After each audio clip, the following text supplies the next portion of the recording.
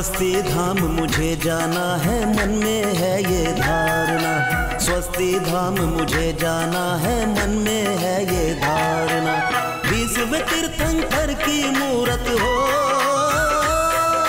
विश्व तीर्थंकर की मूरत को मन भर के। एक खदिर साल नाम का भील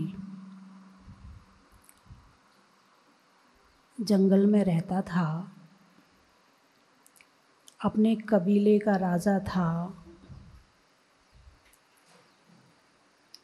एक दिन जंगल में शिकार करने गया। वहाँ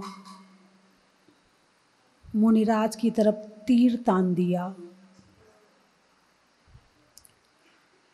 उसकी पत्नी ने कहा, स्वामी आगे जाकर देखो तो सही ये है कौन। आगे जाकर देखा, अरे ये तो वन देवता लगते हैं। मुनिराज ध्यान कर रहे थे। बोले ये तो वन देवता लगते हैं, नहीं इन पर तीर नहीं चलाएंगे, इनकी हत्या नहीं करेंगे। और जाकर पास में बैठ गए। कुछ बातचीत करते हैं इनसे। मुनिराज ने अपना ध्यान खोला।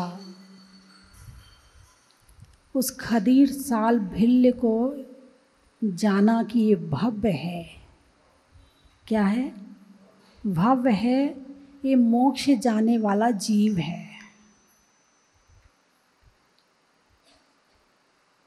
बोले तुम कुछ त्याग करो। महाराज मैं क्या त्याग कर सकता हूँ? चलो तुम मांस का त्याग कर दो। नहीं महाराज, मैं मांस का त्याग नहीं कर सकता। हमारे यहाँ कुछ खाने के लिए और कुछ है ही नहीं है। चलो ऐसा करो, तुम कौवे के मांस का त्याग कर दो। ठीक है महाराज, ये हो जाएगा, ये त्याग कर देता हूँ। त्याग कर दिया। समय बीता। एक दिन वो भील बीमार हो गया। भीलों का वैद्य भी भील ही होगा और भीलों की दवाई भी उसी हिसाब से होगी। वैद्य जी को बुलाया गया।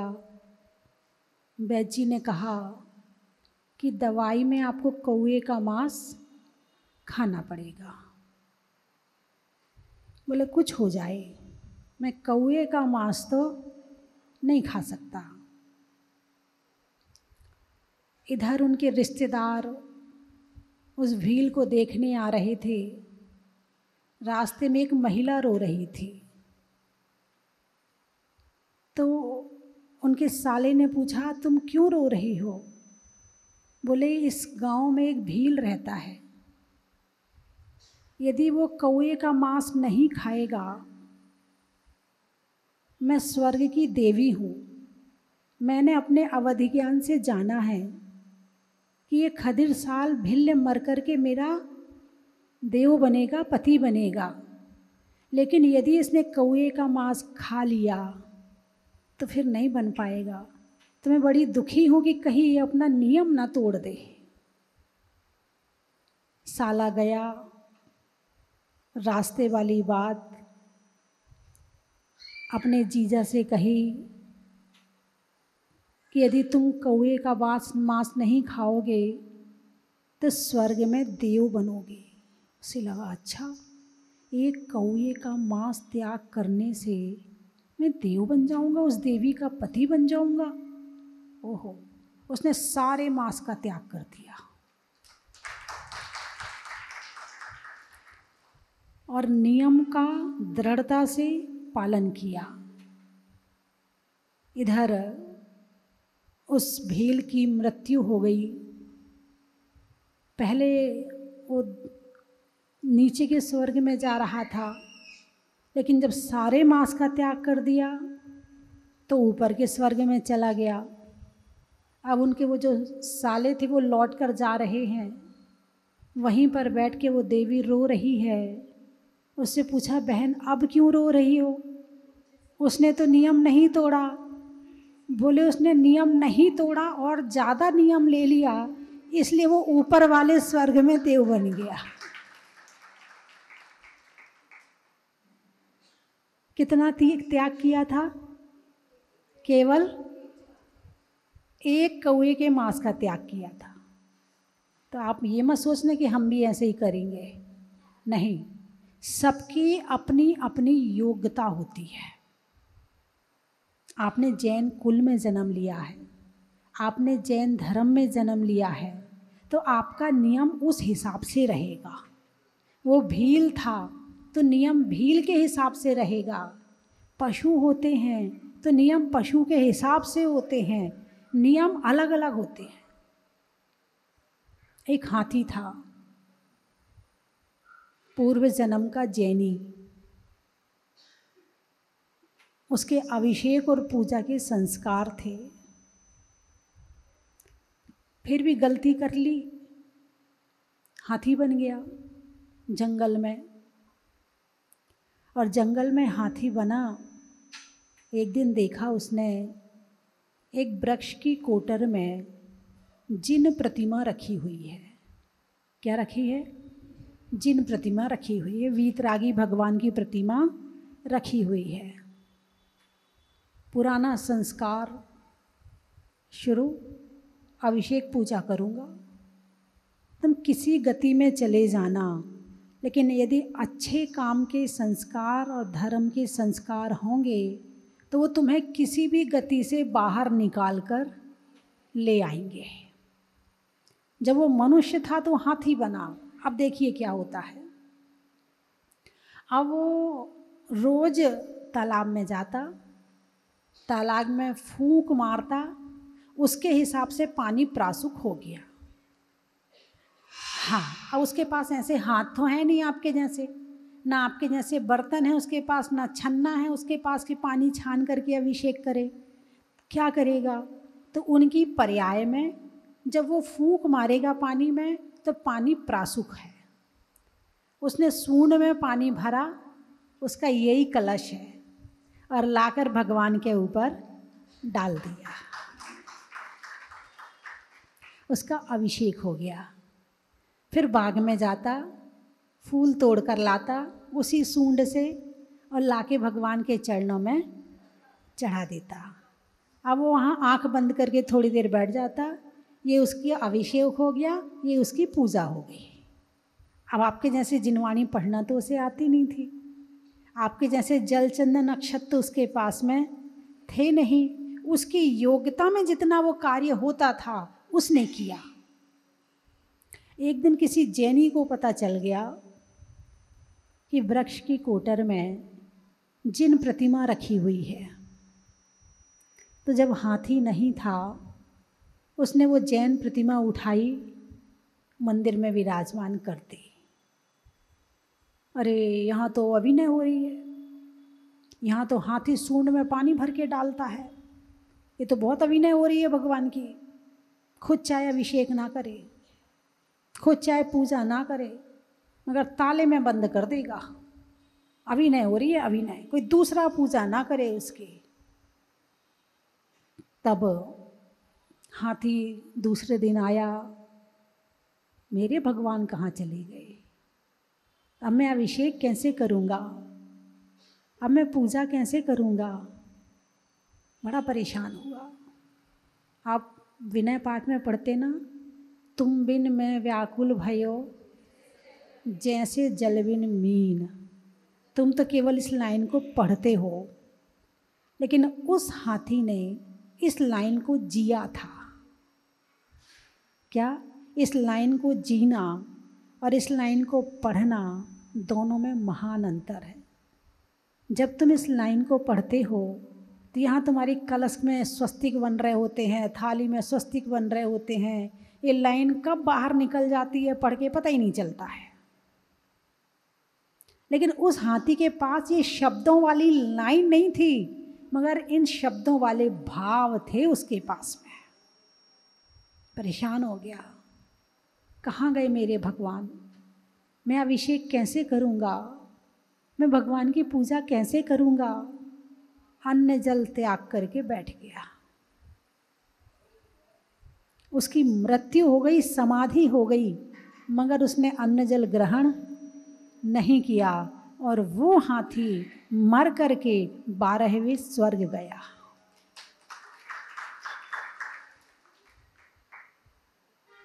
कितना नियम था केवल अभिषेक और पूजा का। कहाँ गया? 12वें स्वर्ग गया। यानी अंतिम समय में भगवान का नाम जप रहा था, भगवान को स्मरण कर रहा था। और भगवान को स्मरण करते हुए जब मरण होता है तो वो समाधि मरण कहलाता है। और समाधि मरण जिसका होता है उसकी कभी दुर्गति नहीं होती है। वो खदिर साल भिल्ल भी जो मुनिराज थे, वो भगवान को तो जानता नहीं था, उसने तो मुनिराज को देखा था। उन मुनिराज का स्मरण करते हुए उसने अपने प्राण छोड़े तो वो भी 5वें स्वर्ग में देव हुआ। और आने वाले समय में वो भगवान महावीर बने। तो ये मत सोचो कि ये नियम क्या, ये नियम लगा रखे हैं, ये त्याग त्याग त्याग। क्या होता है त्याग त्याग? खाओ पियो मस्त रहो। खाने को जन्म लिया है, बस खाओ खाओ खाओ सारे दिन, सुबह खाओ, शाम को खाओ, रात में खाओ, दिन में खाओ, ये पियो वो खाओ, ये बस खाते ही खाते रहो। तो ऐसी पर्याय मिलेगी कि खाते ही खाते रहोगे। कुत्ता बिल्ली सुबह से शाम तक क्या करते हैं? अरे बोलिए ना, खाने को मिलता नहीं है मगर सारे दिन खाना ढूंढते हैं। कभी इस कचरे के ढेर में जाएंगे, कभी उस कचरे के ढेर में जाएंगे। बिल्ली होगी तो कभी उस घर में ताक झाँक करेगी, कहाँ दूध मिल जाए, कहाँ चूहा मिल जाए, कहाँ क्या मिल जाए। 24 घंटे उन्हें खाने के अलावा कुछ दिखता नहीं है। यदि केवल खाने में दिमाग लगा के रखोगे तो आने वाले समय में पर्याय ऐसी मिलेगी कि खाने वाली ज़िंदगी मिलेगी और ज़्यादा बुरी ज़िंदगी मिलेगी। तो नरक में चले जाओगे, भूख तो मिलेगी मगर भोजन नहीं मिलेगा। और यहाँ खाना भी है और त्याग भी है। वहाँ खाना तो है मगर त्याग का ज्ञान नहीं है। यहाँ खाना भी है और त्याग भी है, जिससे उत्थान भी है, विकास भी है और हमारे जीवन की रक्षा भी है। इसीलिए केवल खाने के लिए मत जियो। जैसे जब बगीचा लगाते हो ना तो आसपास में बाड़ लगा देते हो। क्या लगा देते हो? बाड़ लगा देते। तुम लोगों ने पहले एक गांव में देखा होगा, बाड़ लगा देते थे, वो कांटे कांटे की झाड़ी लगा देते थे, है ना, और एक फाटक लगा देते थे जिससे अंदर बाहर जाते थे, है ना। तो उससे क्या होता था, जो फूल फल पत्तियां होती थी तो पशु आते नहीं थे तो वो बच जाते थे। और बाढ़ नहीं होगी तो क्या होगा? पशु आएंगे और सारे बगीचे को नष्ट करके चले जाएंगे। ऐसे आत्मा के गुणों की रक्षा करने के लिए ये जो त्याग, व्रत, नियम और संयम है, ये बाढ़ है। क्या है? बाढ़ है। ये हमारे आत्मा के गुणों की रक्षा करती है। इस त्याग के माध्यम से आपने मान लो रात्रि भोजन का त्याग किया तो किसकी रक्षा हुई? आत्मा की रक्षा हुई। किससे? पाप से। तो अब पाप से जब रक्षा हुई है तो सुखी कौन रहेगा? आत्मा सुखी रहेगी। तो आत्मा का गुण है त्याग, और तुमने रात्रि भोजन का त्याग किया तो त्याग से आत्मा के सुख की रक्षा हुई और दुख से दूर हुए, पापों से रक्षा हुई। अरे बोलिए ना, हुई कि नहीं हुई? चलो आपने रात में त्याग कर दिया, दिन में खा लो। अब दिन में सारे दिन तो आप खाते नहीं हो, मंदिर आते हो, मंदिर आके फिर जाके घर जाके भोजन करते हो। इसके पहले भोजन करते हो क्या? नहीं करते हो। तो आप मान लो 10 बजेंगे या 9 बजेंगे तो 9 बजे तक का आपका त्याग रहा तो आपका दिन में भी रक्षा हो गई, है ना। अब आपने भोजन कर लिया, अब 1-2 घंटे तो कुछ नहीं खाओगे ना। अब भाई 2 घंटे तक का त्याग है। कितनी देर का? 2 घंटे का त्याग है। 2 घंटे का त्याग कर लिया। अब बाकी की छूट तो है ही। ऐसे आप रात में सो रहे हैं, रात में सोते सोते कुछ खाते हो क्या? त्याग करके सोते हो क्या? कुछ लोग कर देते हैं, बाकी नहीं करते। इसलिए रात्रि में जब सो तो जितना परिग्रह मेरे पास है इसको छोड़कर बाकी समस्त परिग्रह का त्याग। और इसी तरह से मेरे जब तक हम सो रहे हैं तब तक हमारे खाने पीने सब कुछ का त्याग। अब यदि बाई चांस सांस रुक जाए, कई बार सुना ना आपने, अरे वो तो सोते सोते रह गए, तो क्या ये घटना आपके साथ नहीं हो सकती? जब उनके साथ में ये घटना हो सकती है तो क्या ये घटना आपके साथ नहीं हो सकती? हो सकती है। यदि त्याग करके सोए हो तो आपकी कभी भी दुर्गति नहीं होगी, क्योंकि आप त्याग करके सोए हो। समाधि के समय क्या कराया जाता है? त्याग कराया जाता है, और आप त्याग करके सोए हो। और जब त्याग करके सोए हो तो आप समाधि में गए हो, सोते सोते समाधि में गए हो। यह है प्रति क्षण जागरण की जिंदगी, प्रति क्षण जागरण की, भोगों की नहीं, आत्मा के प्रति जागरण की जिंदगी ये कहलाती है कि हमने 2 घंटे का त्याग कर दिया, चलो अब दोपहर की चाय हो गई, नाश्ता हो गया, या तुम्हारे कोई शिकंजी हो गई, कुछ हो गया, उसके बाद तुमने फिर 2 घंटे का, अब शाम को 5 बजे तो खाओगे ना, चलो शाम को 5 बजे तक का त्याग। अब शाम को 5 बजे खाया, फिर 1 आध घंटा का खाना पीने में लगा दिया, अब रात्रि का त्याग। भोग की कोई सीमा नहीं है, तुम कहाँ तक भागोगे? आज तुम्हें ताड़ेगा की कचौड़ी चाहिए, कल कोटा की चाहिए, परसों वहाँ कहीं और की चाहिए। जहाँ जाओगे, साधु के दर्शन करने भी जाओगे तो सबसे पहले फ़ोन पे किसी से पूछ लोगे यहाँ का खाने का क्या प्रसिद्ध है। ध्यान कहाँ है? खाने में। गए किस लिए हो? दर्शन करने के लिए। और ध्यान कहाँ है? खाने में। ज़्यादा खाने में ध्यान रखोगे तो खाना ही खाना दिखेगा। और खाने के लिए तो चींटी भी 24 घंटे कहाँ घूमती, किस लिए घूमती है? क्या लाइन लगा के चलती हैं? चलती है ना, किस लिए कहाँ जा रही हैं? खाने के लिए। एक व्यक्ति ने चीनी के डिब्बे पे नमक लिख दिया। उससे पूछा, भाई तूने ऐसा क्यों किया? बोले जो चींटियां हैं ना, जब पढ़ेंगी ये नमक है तो ये आएंगी नहीं। अरे भाई इतनी तो बुद्धि लगा कि उन्हें पढ़ना नहीं आता है, उन्हें केवल सूंघना आता है, और सूंघ के वो पहुंच जाएंगी तुम्हारे डब्बे पर। तुम उन्हें धोखा दे रहे हो, तुम खुद को धोखा दे रहे हो। इंसान दूसरों को धोखा देता है ना, जो जिसको धोखा देता है उसका बुरा हो ना हो, मगर तुम्हारा बुरा तो हो जाता है। तो ये छोटे छोटे नियम लेते रहने चाहिए। कितनी साड़ियाँ आपके पास में? 100-200, बाकी का त्याग कर दो।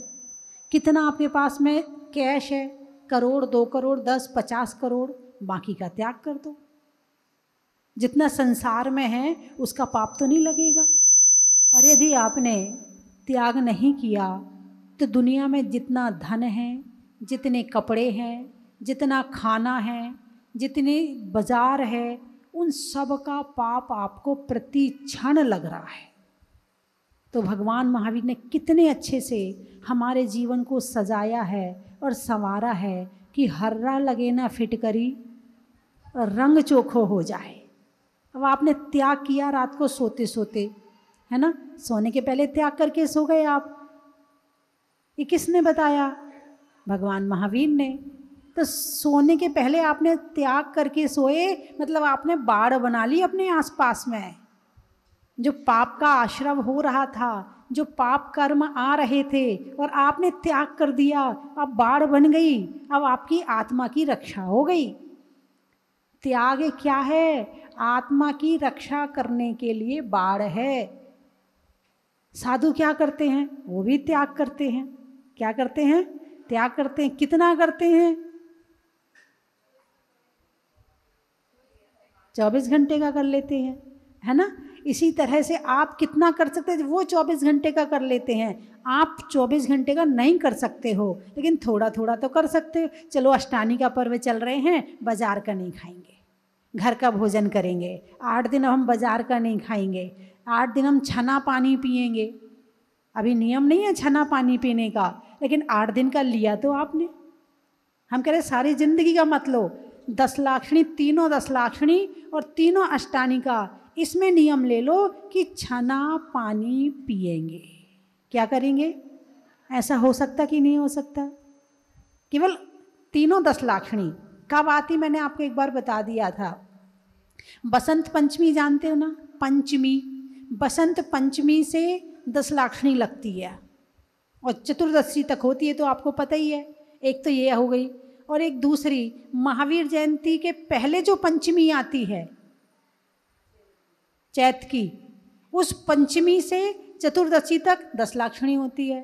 कार्तिक फागुन माह के अंत 8 दिन माह है, कार्तिक फागुन साड़ के अंत 8 दिन माह है। कार्तिक यानी दीपावली, दीपावली के 8 दिन बाद जो अष्टमी आती है, उस दिन से क्या लगती है? अष्टानी का लग जाती है।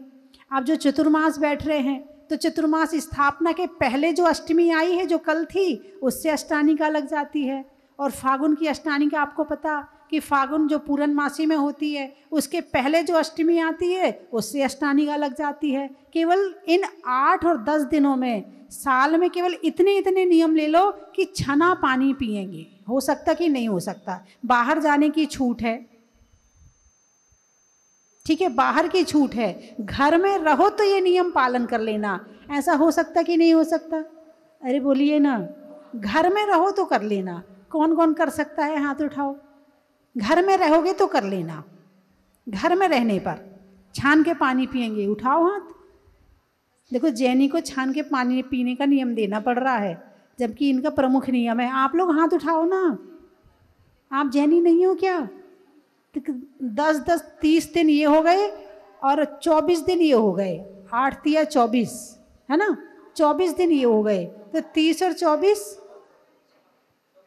54 दिन। केवल साल में 54 दिन छना पानी पीने की बात कह रही हूं मैं। अच्छे से हाथ उठाइए अब, और जितने लोग टीवी में देख रहे हैं वो भी हाथ उठा लें। बहुत बढ़िया, ठीक है। आपने हाथ नहीं उठाया। बाहर की छूट देखो, बाहर की छूट मैंने पहले दे दी। कई बार शादियों में जाना पड़ता है, कई बार कहीं जाना पड़ता है, तो मैंने पहले कह दिया कोशिश करो कि ना जाना पड़े, ठीक है। और फिर भी कभी मजबूरी जाना पड़े तो उसकी मैंने छूट दे दी। वैसे तो आपका छूट लेने वाले हैं इसीलिए कि भाई हम तो नियम ही नहीं लेंगे, कहीं जाना पड़ा तो, ये तो तुम्हारा पहले लग जाता है। जाना पड़ा तो, कभी बीमार हुए अस्पताल जाना पड़ा तो इसलिए हमने आपको इस तो का पहले निराकरण बता दिया, इस तो को पहले तोक दिया, है ना, बाकी की हाँ, ठीक है। अब आप ये समझो कि जैसे छना पानी का नियम लिया है, तो बाजार का खाना तो आप खा ही नहीं सकते हो, क्योंकि बाहर वाले तुम्हारे लिए छने पानी का नहीं बनाते हैं। इस हिसाब से 8 दिन 10 दिन आपके बाजार का त्याग। वैसे ही रोज़ नहीं खाते, कौन सा रोज़ रोज़ बाजार का खाते हो? और इन दोनों नहीं खाओगे, कल भी बताया था कि अष्टानी का और 10 लाक्षणी में आप यदि अच्छा कार्य करते, पूजा करते हो, तो उसका फल भी चौगुना मिलता है, और यदि आप पाप करते हो तो उसका फल भी चौगुना मिलता है। दोनों चीज़ चौगुनी मिलती है। अब आपको चौगुना क्या चाहिए है? पाप चाहिए या पुण्य चाहिए? अरे बोले नहीं, चाहिए तो पुण्य है, सामने वाला करे और इकट्ठा करके तुम्हें दे दे, है ना, हमें ना करना पड़े कुछ भी। जैसे दवाई की गोली होती ना, बस मुंह में रखी और खा लें। ऐसी कोई डॉक्टर ऐसा मिल जाए कि बस एक आध पुण्य की गोली मिल जाए और हम उसको खा लें, तो बस हमारा सब ठीक हो जाए। ध्यान रखना, वो दवाई की गोली भी तब तक असर कर रही है जब तक तुम्हारा पुण्य है, और जिस दिन पाप का उदय आएगा वही गोली आपको उल्टा असर कर जाएगी। यदि हमारी रक्षा करने वाला कोई है तो हमारा त्याग है, रक्षा करने वाला कोई है तो हमारा धर्म है। दुनिया में कोई किसी की रक्षा नहीं करता, है ना। मैंने परसों बताया था कि चक्र रतन हलधर सा भाई काम नहीं आया। एक जब वो केदारनाथ में बाढ़ आई थी तो सीढ़ियों के, होटल की सीढ़ियों के नीचे पत्नी खड़ी है और होटल की सीढ़ियों के ऊपर पति खड़ा है, ठीक है। और एकदम से बाढ़ आई और बाढ़ ऐसी आई कि वो महिला अपना एक पैर उठाकर वो सीढ़ी पर नहीं रख पाई, बाढ़ में बह गई। उसका पति देख रहा है और वो बहती जा रही है, बचाओ बचाओ, वो बहती जा रही है। बताइए पति की रक्षा किसने की और पत्नी की रक्षा क्यों नहीं हुई? सबका अपना अपना कर्म है। तुम ये सोचो कि पत्नी धर्म कर रही है तो मुझे मिल जाएगा, तो भूल जाओ। पत्नी करेगी पत्नी को मिलेगा, पति करेगा पति को मिलेगा, जो करेगा उसको मिलेगा। इसलिए धर्म अपना अपना ही करना चाहिए। कभी किसी के भरोसे मत रहना। कोई किसी की रक्षा नहीं करता है, हमारा पुण्य रक्षा करवा रहा है। एक वो कहानी आती है, राजा रानी थे। राजा धर्म नहीं करता था, रानी बहुत धर्म करती थी। रानी तो बनकर एक राजा के यहाँ राजकुमारी बन के पैदा हुई और राजा मर कर के उसी के यहाँ हाथी बन के पैदा हुआ, हाथी बन के। अब उस राजकुमारी को वो हाथी बड़ा पसंद था। अब ये नहीं पता चलता था ये पसंद क्यों है। राजकुमारी की शादी हुई, दहेज में वो हाथी भी दिया गया। जब दहेज जाने वाला था तो रानी जो राजकुमारी थी वो हाथी के पास आई, चलो। अब वो हाथी को जाति स्मरण हो गया। एक जाति स्मरण है ना, होता है, पूर्व जन्म की याद आ जाती उसमें। और उसे ये पता चल गया कि ये मेरी रानी थी और मैं इसका राजा था। इधर उस राजकुमारी को भी जाति स्मरण हो गया कि ये मेरा पति था पिछले जन्म में। अब उसके बाद वो हाथी रोए जाए रोए जाए रोए जाए, तब उठे ही ना, जाने को तैयारी ना हो, बड़ा दुखी हो गया। तब रानी ने उसके कान में जाके कहा, बोले पिछले जन्म में कितना कहा था कि धर्म किया करो, धर्म किया करो, धर्म किया करो। सबका अपना अपना धर्म काम में आता है, तुमने मेरी बात नहीं मानी। और अब इस पर्याय में बैठे हो, अब आप चुपचाप मेरे साथ चलो। अब मैं वहाँ पर आपके पूरे धर्म का पालन करवाऊंगी और आपका उद्धार करूंगी। आप अभी चलो चुपचाप। जिसका है उसको मिलता है। यों श्रावक व्रत पाल स्वर्ग सोलम उपजावे। जो श्रावक के व्रतों का पालन भी कर लेता है वो जीव भी 16वें स्वर्ग जा सकता है। 16वें स्वर्ग यानी घर गृहस्थी बुरी नहीं है। क्या घर गृहस्थी बुरी नहीं है? यदि घर गृहस्थी में गृहस्थ धर्म का पालन भी अच्छे से किया जाए तो 16वां स्वर्ग आपके लिए खुला हुआ है।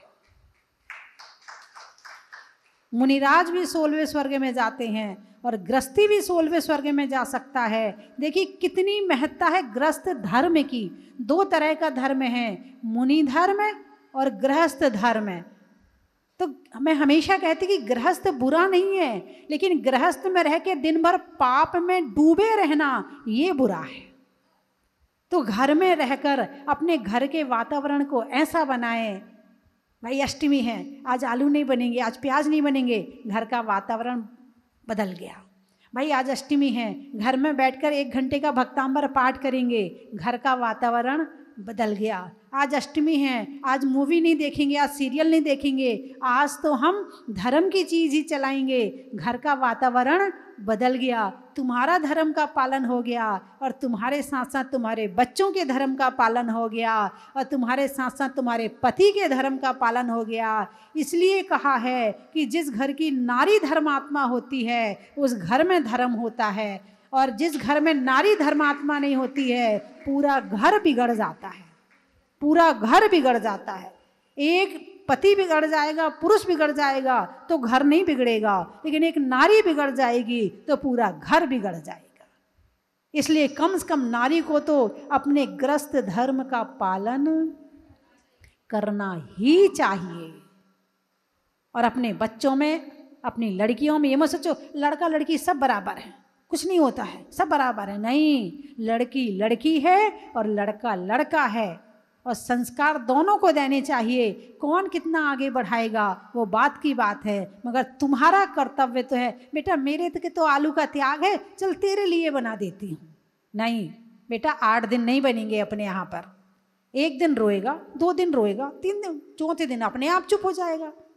कितने दिन भूखा रहेगा, कभी तो अपने आप बैठ के खाएगा। लाओ दे दो, जो बना है वो ही दे दो। हाँ हाँ सही बता रहे हैं। ये तो तुम, या तो तुम झुको या वो झुके, एक को तो झुकना पड़ेगा। तुम झुक जाती हो तो उनकी चल जाती है और उनकी आदत खराब हो जाती है।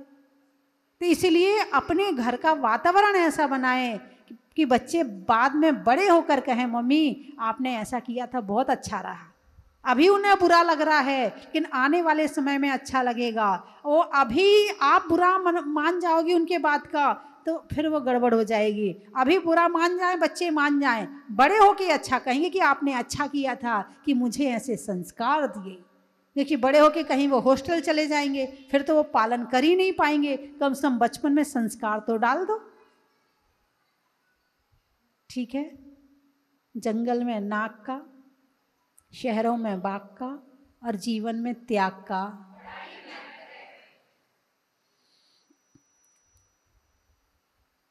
बच्चों के लिए कक्षा का,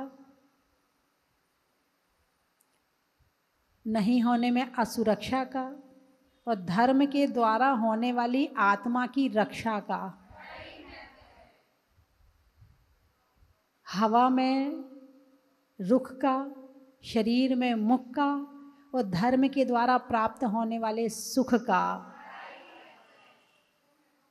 कर्म के हरने का, त्याग के वरने का, और नारी पुरुष को तो करना ही चाहिए, और नारी और पुरुष सबके द्वारा करने वाले धर्म का। सप्ताह में बार का, और बच्चों को देने में संस्कार का। पति को धर्मपति नहीं कहा जाता, लेकिन पत्नी को इसीलिए धर्मपत्नी कहा जाता है ना। पार होने में बेड़ा का, गर्मी में घड़ा का, और शहरों में तालेड़ा का। गाने में सुर का, नृत्य में नूपुर का, और आने वालों में जहाजपुर का। सावन की घटा का, रसोई में पटा का, और आने वालों में कोटा का। साड़ियों में साटन का, खिड़की में कॉटन का, और आने वालों में केशवराय पाटन का। रंगों में हरा का, रहने में धरा का, और आने वालों में जमीदपुर का। मंदिर में वेदी का, और आने वालों में बूंदी का। बोलिए 24 भगवान की।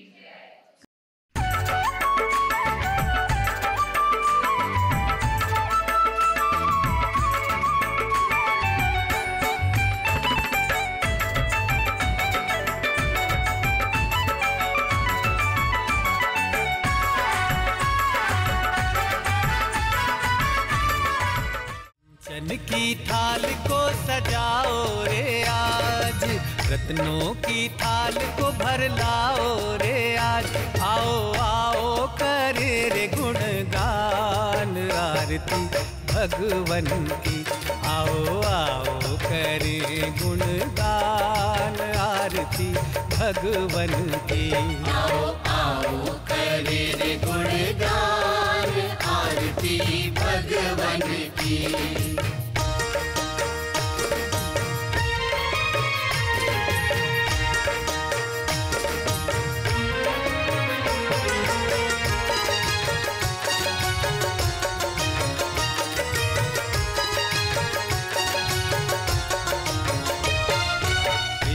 सुमित्र के राज दुलारे, माँ पद्मा जी के नैनों के तारे। पिता सुमित्र के राज दुलारे, माँ पद्मा जी के नैनों के तारे।